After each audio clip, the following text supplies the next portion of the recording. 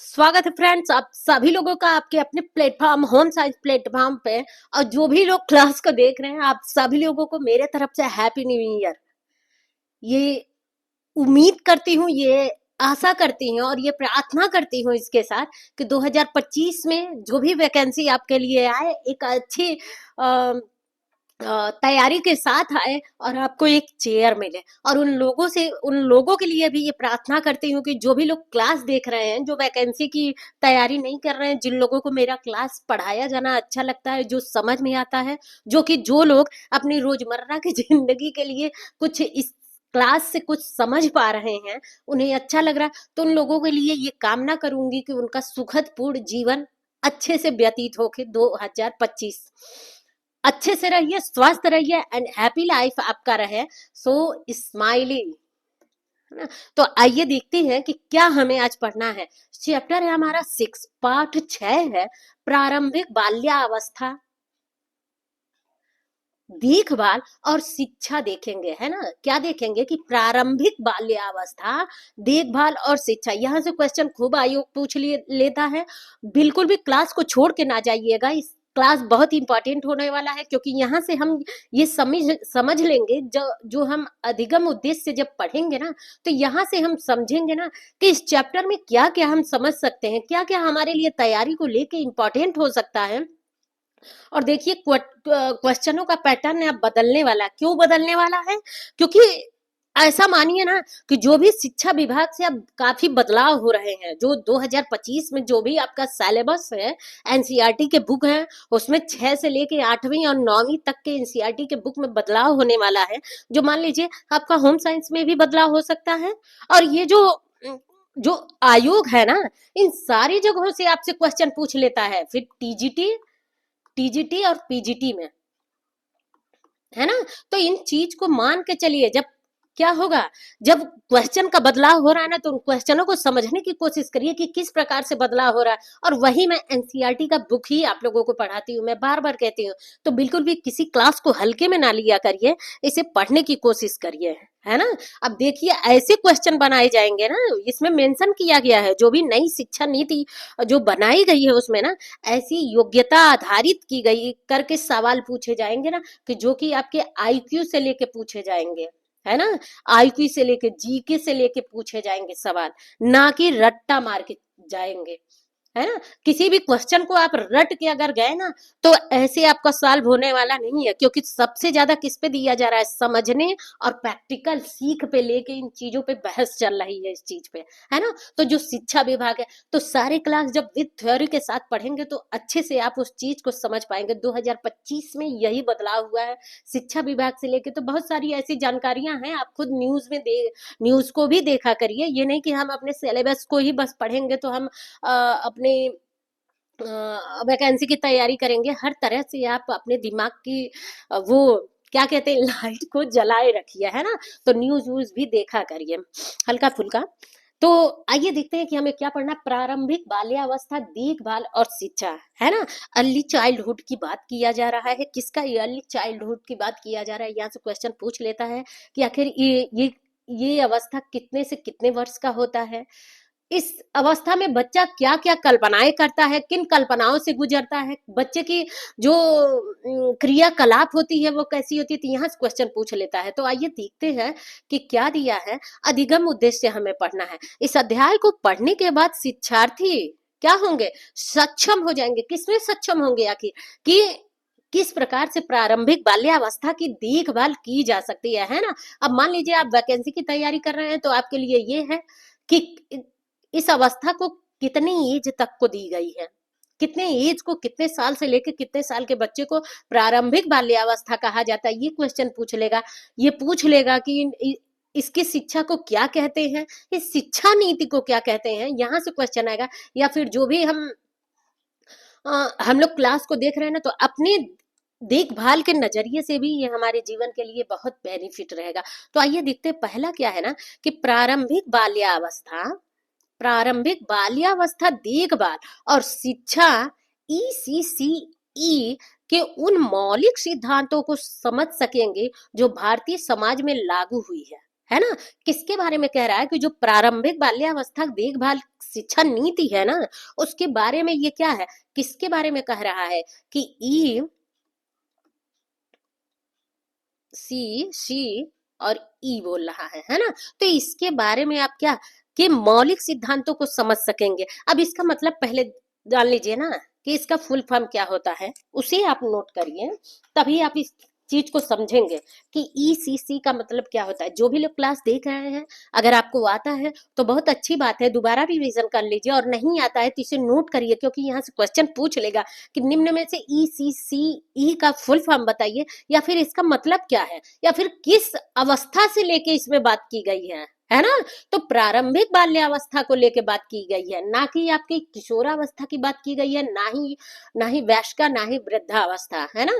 तो जब क्लास पूरा अच्छे से पढ़ेंगे तो जानेंगे इसके बारे में। तो देखिए, बच्चों से लेके हर चीजों के बारे में पूछ लेता है, तो इसका एक आप पहले फुल फॉर्म नोट करिए कि अर्ली चाइल्डहुड,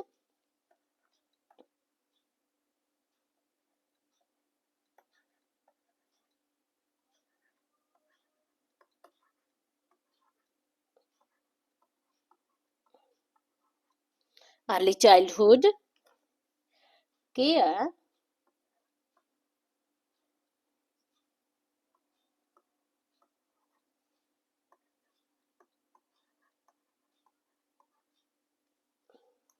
सॉरी एजु हाँ,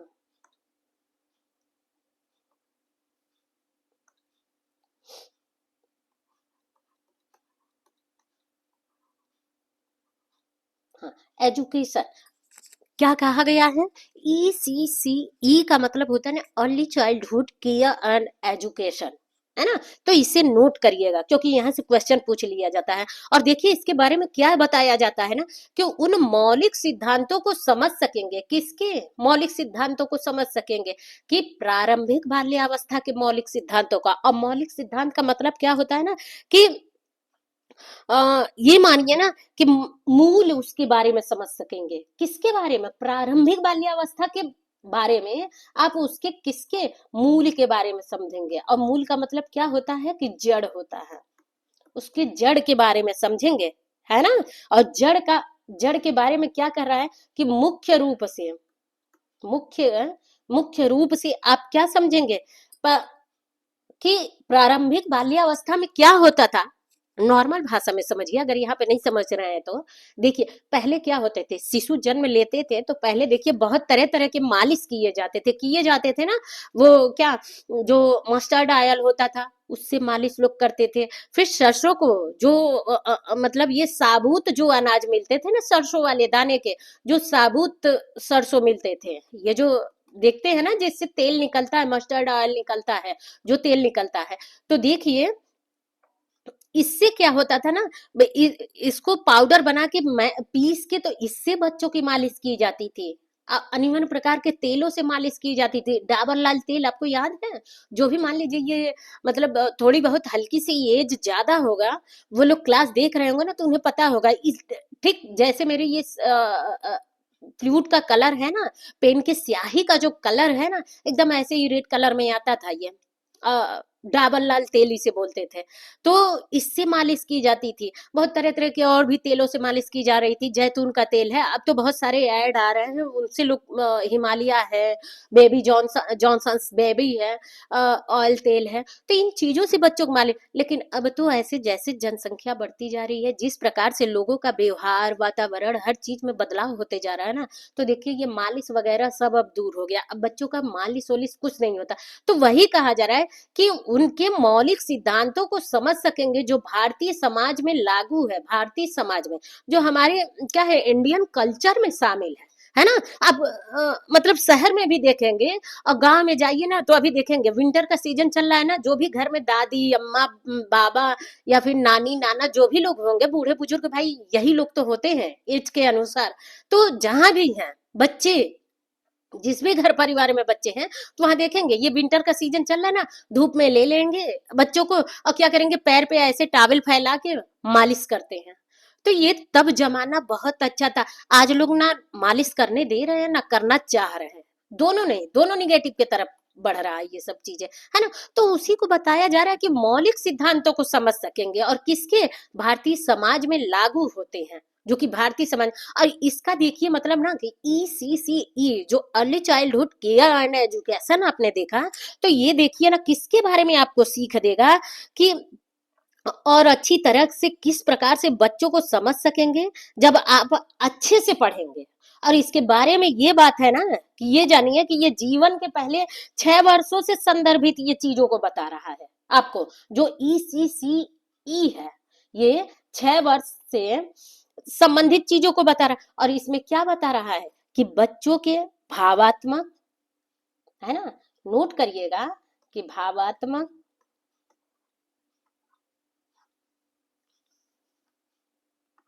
विकास, संज्ञानात्मक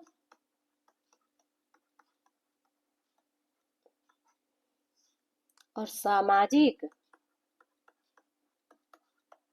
बहुत बहुत ऐसे हैं। अब हम आप खुद भी समझ सकते हैं कि बहुत बहुत तरीके से ये जो केयर करने के लिए जो शिक्षा नीति बनाई गई है, ये बच्चे को सही दिशा दिखाती है, मोटिवेट करती है। हमने बहुत बहुत आप पढ़े होंगे, जो भी लोग क्लास देख रहे हैं आप लोग पढ़े होंगे कि सबसे तीव्र बुद्धि किसमें चलती है, बाल्यावस्था में ही चलती है। सबसे तीव्र बुद्धि जो भी आपका ग्रोथ करने वाला है, अपने घर के बच्चों को ही देखिए। बच्चे इस समय क्या करते हैं, अगर टॉय लाइए ना तो बच्चे तोड़ फोड़ के उसके अंदर के पार्ट को देखेंगे, आखिर टॉय भागता कैसा है ना।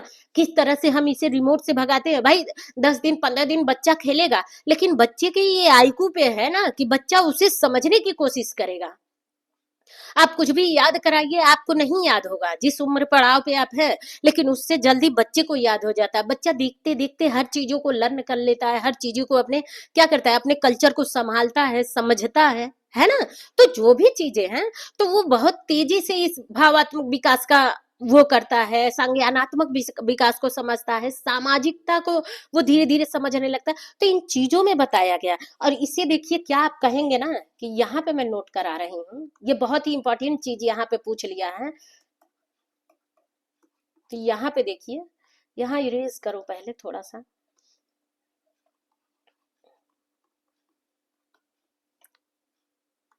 यहाँ देखिए क्या है ना, शिक्षा का अधिकार अधिनियम 2009 के कानून में ये पारित किया था। किसमें, 2009 के कानून में ये पारित किया गया था। क्या, ECCE। और ये क्या किया गया था ना कि धारा 11 में था। यहां से नोट कर लीजिएगा कि धारा 11 में ये था। किसमें था, धारा 11 में था। और राष्ट्रीय नीति के अनुसार ना ये क्या किया गया था, अनिवार्य शिक्षा की गई थी। क्या बनाई गई थी, अनिवार्य शिक्षा,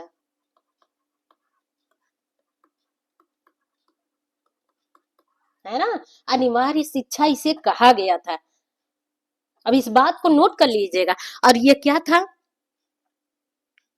इसमें क्या समझाने की कोशिश की गई थी कि किस प्रकार से जो प्रारंभिक बाल्यावस्था के बच्चे हैं ना, उनका क्या किया जाए, केयर किया जाए, किस किस तरीके से उनको उन पे ध्यान दिया जाए। इन चीजों को इस बारे में मेंशन किया गया है ना।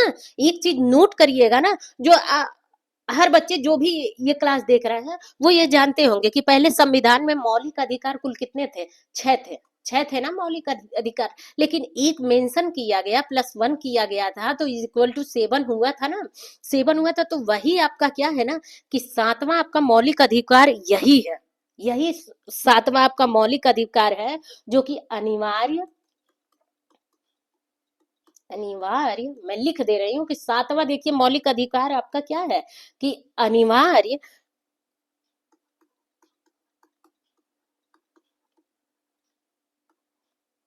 निःशुल्क शिक्षा,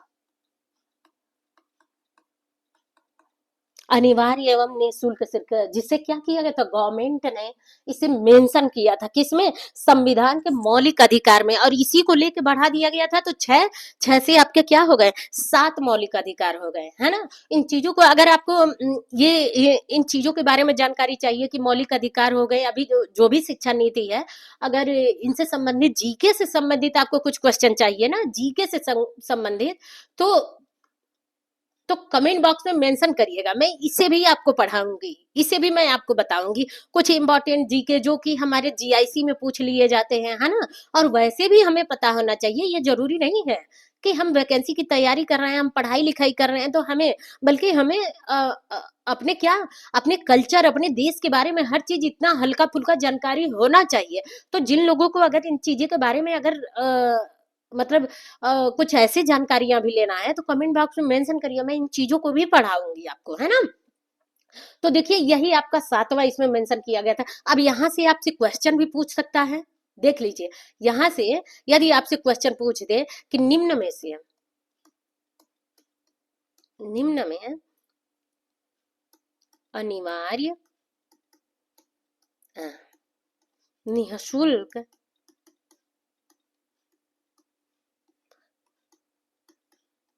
निःशुल्क शिक्षा संविधान के किस मौलिक अधिकार में है, तो आप 7वें में लिख देंगे, है ना। किस धारा में है, तो 11वें में लिख देंगे, है ना। किस सन में इसे वो किया गया था, तो देखिए 2009 में किया गया था, है ना। तो इन चीजों को मेंशन किया गया है। यहाँ से क्वेश्चन आपके लिए पूछ सकते हैं, मान लीजिए बाकी के 6 नहीं पूछ सकते आपके होम साइंस में, लेकिन होम साइंस में यहाँ से तो पूछ सकते हैं किस अवस्था के, किस आयु के लिए किया गया है, तो प्रारंभिक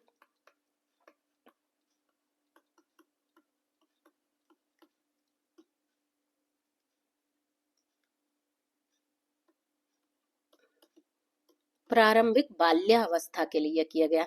3-4 क्वेश्चन यहाँ से देखिए मेंशन कर सकते हैं, है ना। तो इस चीज को नोट कर लीजिए, बहुत ही इंपॉर्टेंट है ये, इतना ही लाइन आपके लिए बहुत ही इंपॉर्टेंट है ना। ये इतना नोट कर लीजिएगा, जिसे अनिवार्य शिक्षा बताया गया। और अनिवार्य का मतलब ये जान लीजिए कि पेरेंट्स यदि चाहे, मान लीजिए जो भी ये शहरी इलाका के जो भी पेरेंट्स हैं, वो तो अपने बच्चों को भेजते हैं, वो पढ़ाने और पढ़ने के लिए ही मरते हैं, जो भी पेरेंट्स हैं वो इसी के लिए कमाते हैं कि हमारे बच्चे पढ़ लिख के एक क्या अपने पैर पे काबिल हो जाए, हमें ना उनसे कुछ लेना देना पड़े, है ना। तो ये सारे पेरेंट्स, लेकिन अब थोड़ी सी पिछड़ी वर्ग में जाइए ना, गाँव में जाइए ना, तो बहुत जगह अभी ये है कि मेरी बेटियां क्यों बाहर पढ़ने जाएंगी। अच्छा वो 10 तक पढ़ा लिए, बस बात खत्म, और क्यों पढ़ेंगी, हम नहीं पढ़ने देंगे। तो खैर मैं 10th की बात बता रही हूँ, लेकिन यहाँ पे देखिए जो बच्चे छोटे छोटे भी होते हैं ना, खेत खलिहान में वो काम कराएंगे, लड़कियां हैं घर में पोछा लगवाएंगे, घर में काम धाम करवाएंगे, लेकिन पढ़ने नहीं जाने देंगे, तो उन्हें क्या दंडनीय होगा उनके लिए, है ना। इसीलिए ये क्या किया गया, मौलिक अधिकार में शामिल किया गया है कि यह निःशुल्क शिक्षा और अनिवार्य शिक्षा। अनिवार्य का मतलब समझ लीजिएगा, बहुत ही इंपॉर्टेंट चीज है ये। अनिवार्य का मतलब आप समझिए कि अनिवार्य, कोई भी पेरेंट्स ऐसा नहीं कर सकते। और ये कितने आयु के लिए है, अभी मैं नहीं बताऊंगी, क्योंकि अभी मैं बता दूंगी ना तो आप क्लास देखे नहीं। ठीक नीचे वाले में देखिए महत्व में दिया है, लेकिन उस चीज को मैं समझाऊंगी आपको अच्छी तरीके से फिर नीचे। तो देखिए ये आपके लिए बहुत इंपॉर्टेंट है। खैर आइए बता ही देती हूँ कि इसमें कहाँ से मेंशन किया कि 6 से 14 साल के लिए, है ना। मैं नहीं छोड़ूंगी, आप वो आपके ऊपर है कि आप सारे क्लास पढ़िए ना पढ़िए, खुद देखिए कि कहाँ से क्वेश्चन पूछ लेते हैं। तो सॉरी, तो 6 से ना 14 वर्ष के लिए ये दिया गया है इसमें, प्रारंभिक बाल्यावस्था। और मेन किसमें, ECCE में दिया गया है आपको, जो early childhood care and education के लिए बताया जा रहा है, जो जिसमें जिसमें अनिवन प्रकार से बच्चों को शिक्षा नीति को उजागर किया जाता है, अनिवन प्रकार से बच्चों की देखभाल की जाती है, उनके शिक्षाओं के बारे में। अच्छा इसमें जो भी ये, ऐसा मानिए ना कि इसमें जो भी टीचर वगैरह होते हैं ना, ये सारे क्वालिफाइड होते हैं। ये नहीं कि मान लीजिए 10th पास है फिर भी पढ़ा दिए। खैर ये तो अब प्राइवेट और गवर्नमेंट स्कूल दोनों में ये चल रहा है कि ऐसे लोग जो बीएड है, जो टेट क्वालिफाई हैं, और भी बहुत सारे डिग्रियां हैं उनके पास, तो वो उन लोगों को इसमें मेंशन किया जाएगा, है ना। तो खैर आइए हम मैं कुछ ज्यादा ऐसे बात करने लगती हूँ आप लोगों से, तो खैर यहाँ से हमसे नहीं क्वेश्चन पूछा जाएगा, टॉपिक नहीं। तो इसका मतलब जानिए, ये फुल फॉर्म याद करिए, यहाँ से पूछ लेगा। और किस आयु के लिए पूछता है, तो प्रारंभिक बाल्यावस्था के लिए क्या एज होता है, तो 6 से 14 साल के लिए होता है ना। 6 से 14 एज के लिए ये होता है, नोट कर लीजिएगा, इंपॉर्टेंट है। देखिए क्वेश्चन, है ना। अब दूसरा देखते हैं क्या है ना, कलर पहले चेंज करते हैं नहीं तो ध्यान नहीं पड़ेगा। तो दूसरा देखते हैं क्या है। हम्म बच्चों की आरंभिक देखभाल,